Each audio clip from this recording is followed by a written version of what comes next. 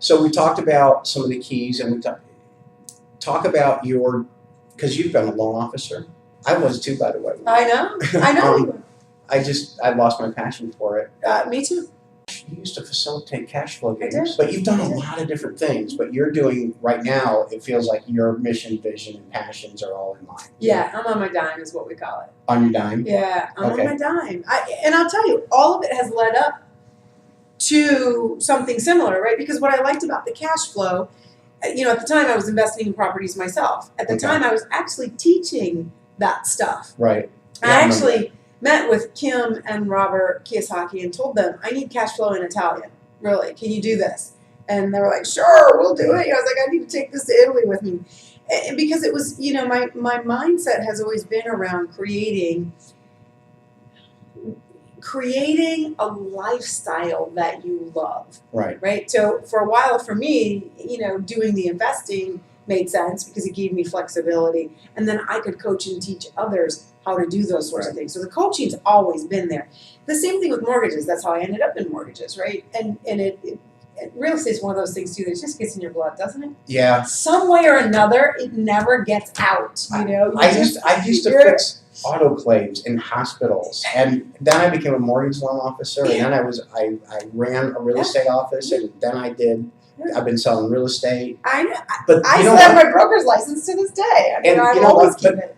I do that stuff so I can do this stuff because this is the stuff I love. Yeah. I love the same thing about real estate that my dad loved about fixing dishwashers. Right. Because I'm helping people solve a problem. Yeah. But what I get excited about is when somebody says, I have to move or I'm going to get foreclosed on, or we've got a baby coming and we need more room. Absolutely. And I've gotten more of these calls lately. I want to learn how to invest in real estate. Yeah. I'm scared. And so I can here's help what them I through teach. that. You asked me what it is that I coach about, right? Right. And again, if I look back, all the pieces since I've been back in the U.S. have added up. It's all been a cumulative leading towards learning how myself and also teaching others to live in a lifestyle that lights you up. Right. And it's whatever makes sense whatever to that you. is.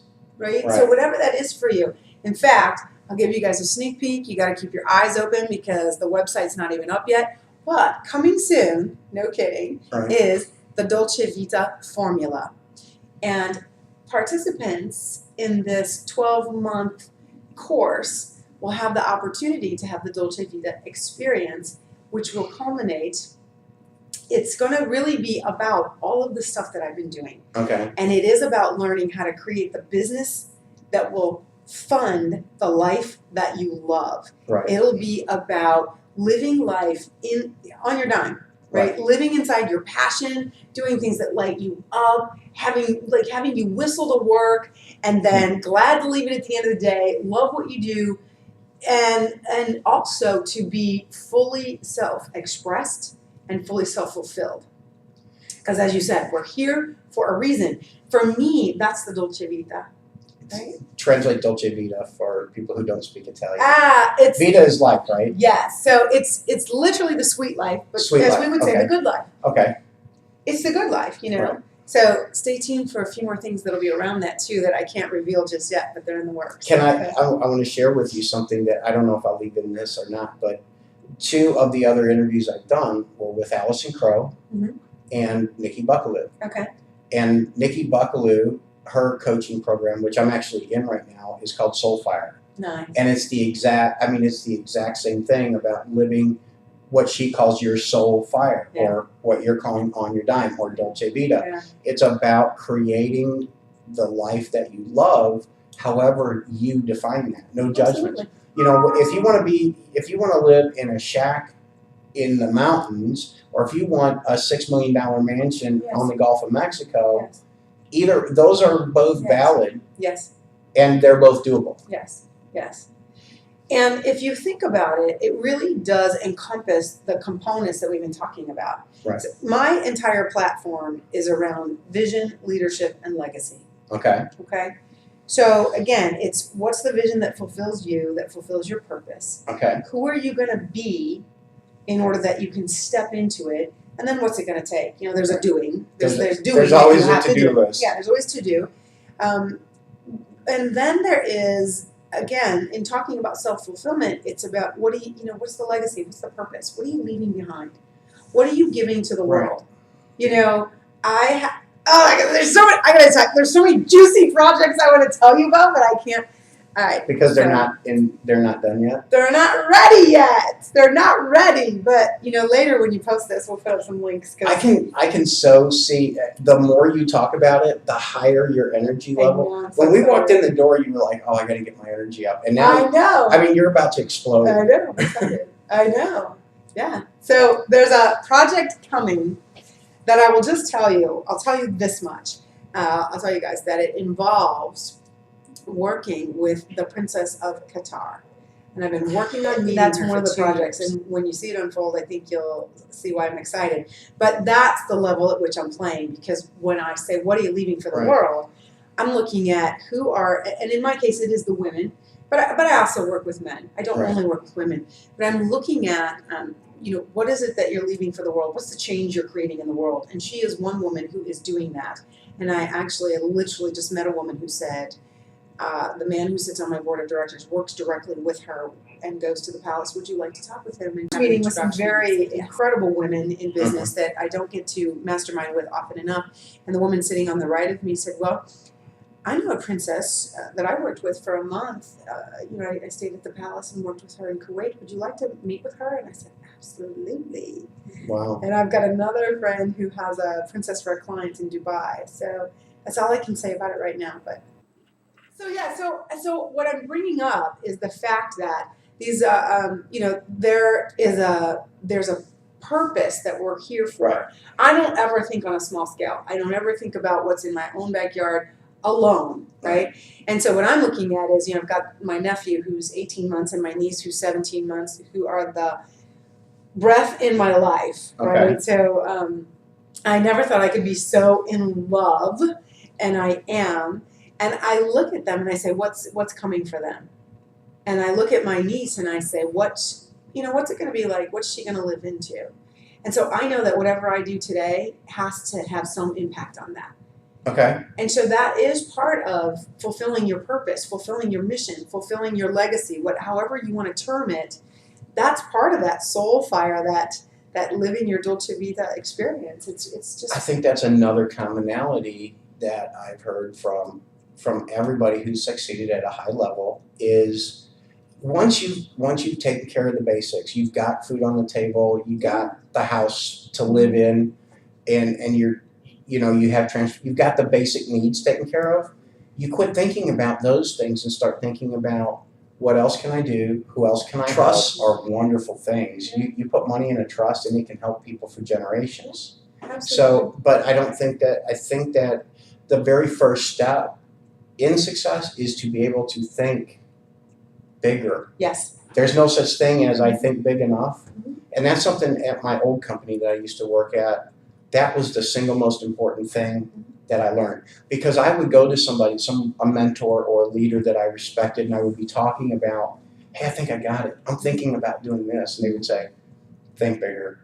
You can do more than that. Nice. And that's part of it too, is being challenged to always think bigger. Mm-hmm.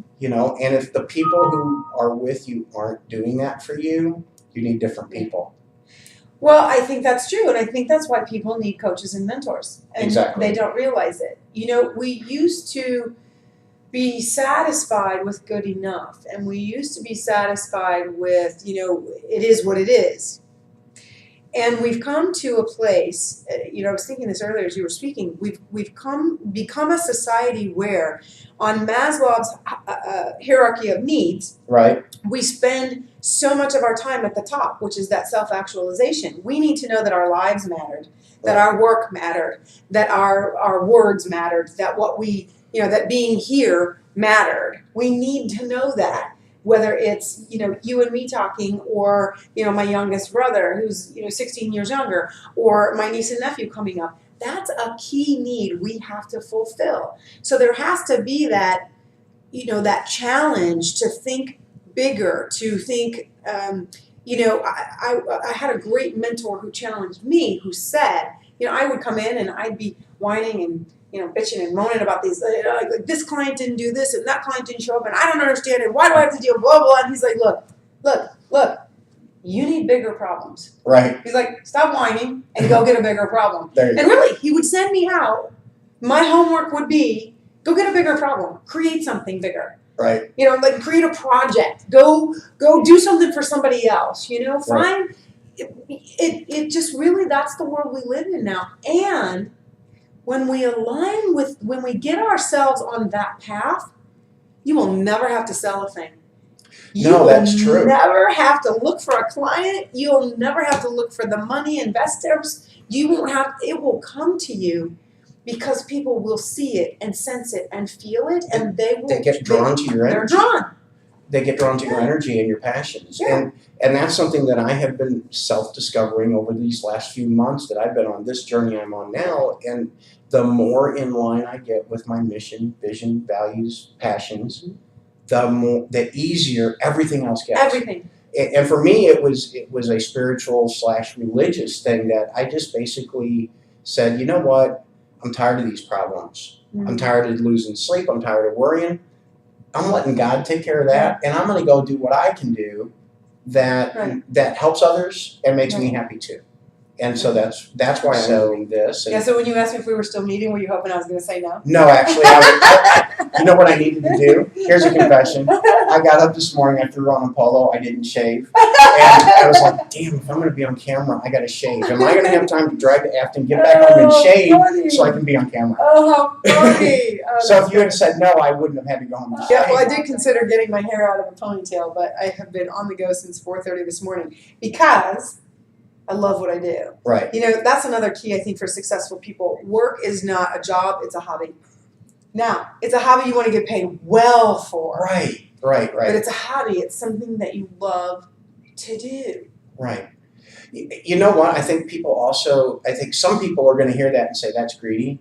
But I think other people are going to sit there and think that's not fair for me why should I charge a lot of money to have fun? That blue collar thing, my first job was fixing typewriters in the 80s. And most of the people who are watching this don't even know what a typewriter is. But I used to fix typewriters in the 80s. And don't tell people that you know what a typewriter is. I've seen them in relic stores and museums. And I played with them and I liked them. But love that. I had a boss who said, if this was fun, we wouldn't pay you for it. This is work, and we pay you to do work. If you want to have fun, that's called vacation. But your goal should be find something you love to do and figure out how to get paid for it. And guess what? When you do what you really love to do, the way to get paid for it kind of shows up all by itself. It does. Yeah. And you're so passionate, people will pay whatever it takes to be around you and work with you specifically. Right. I think that's... And work with you specifically. I spoke to someone yesterday and I was, making an offer because they were asking for, how could I help them? Mm-hmm. And I told them how I could help them. And I gave them my prices. And, I just let it go to see how, if they had any questions. And I will tell you that the response that I got was really gratifying. I'm gonna, ego kind of steps in, but it was gratifying because what this person said to me was, because I said, I asked a couple questions and then I said, look, I'm not here to convince you. I don't want you to lose sleep over it. This has to be a good decision for you. And, because the first response was, wow. Yeah. And I said, well, yes, that's my VIP day fee investment. Right. And I let it go. And then this person said, well, you know what? When I said I don't want to convince, I don't want you to feel pressure. I want this to fit in with how your life works. This can't be a sacrifice in other areas, right? And this person said, I will tell you that from everything that I've heard and everything I know about you, it's worth it to me to work with you. If it was anybody else, I'd say that's crazy. Right. But it's worth it to me to work with you because this person also knows my work, right? So there was confidence. This person had confidence in my level of expertise, but also just the fact that It's the value that I stand in my value because I know what I deliver, Right. and because I'm passionate about it. And because I'm passionate about it, I know I deliver it.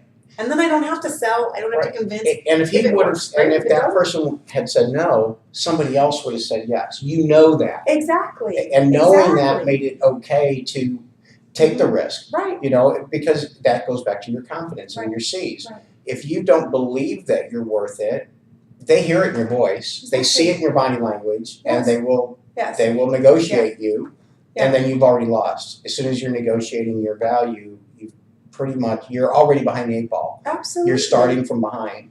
And here's the thing is that your expertise is not heard as expertise.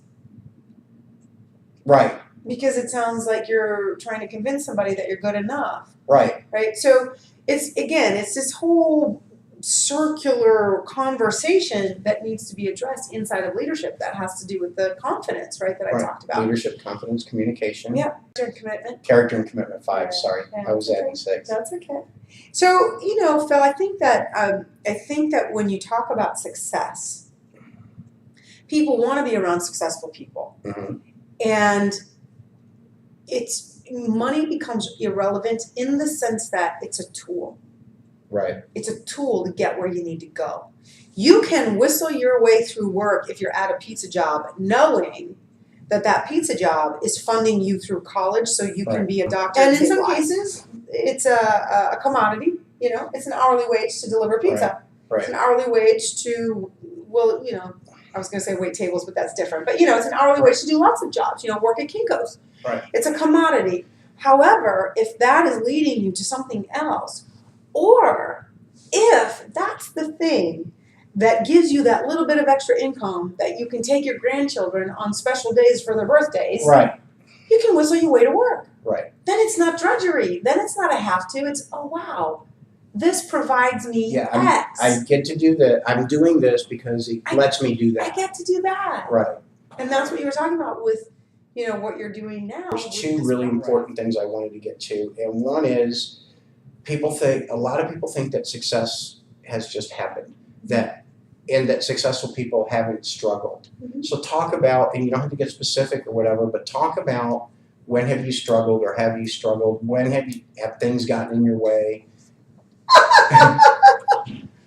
Now that is a whole nother hour-long conversation, but just for the cliff notes, right? But there have been barriers. There have been things that tried to stop you. Absolutely. Have there been things that actually did stop you or get you to change your direction or make a choice that you wish that you hadn't or something like that? Well, I'll tell you this. I do believe in living with no regrets. Okay. And that's actually one of the things that in my professional speaking I talk about. Okay. It is possible to live with no regrets. Again, it comes down to what you value. Right. And so, again, a whole nother conversation. But I do believe that is available for us. It's a mindset shift. Right. Everything It's having people pointed out for you. And in my work, a lot of times that's where we start is to say, hey, look, stop complaining because really this is what you're choosing because you have these values, So again, whole nother concept inside of my work. However, what I will tell you is, there's been barriers, and there's been days when I've gotten up and said, why the hell am I still doing this? And is anybody listening? And is anybody watching? And does anybody care? Right. And then something happens, like a client, gives me an update, and I'm on the other line, choked up. And because, when we're talking about business owners and entrepreneurs and solopreneurs, we're talking about your life as well. The two don't stop. There's no line. It's who you are. Your business is who you are. So I've had plenty of obstacles, and I will tell you that in the darkest time of my life, and there has been a dark time, and there was a time when, quite frankly, I didn't care about anything. The only thing I really cared about at all was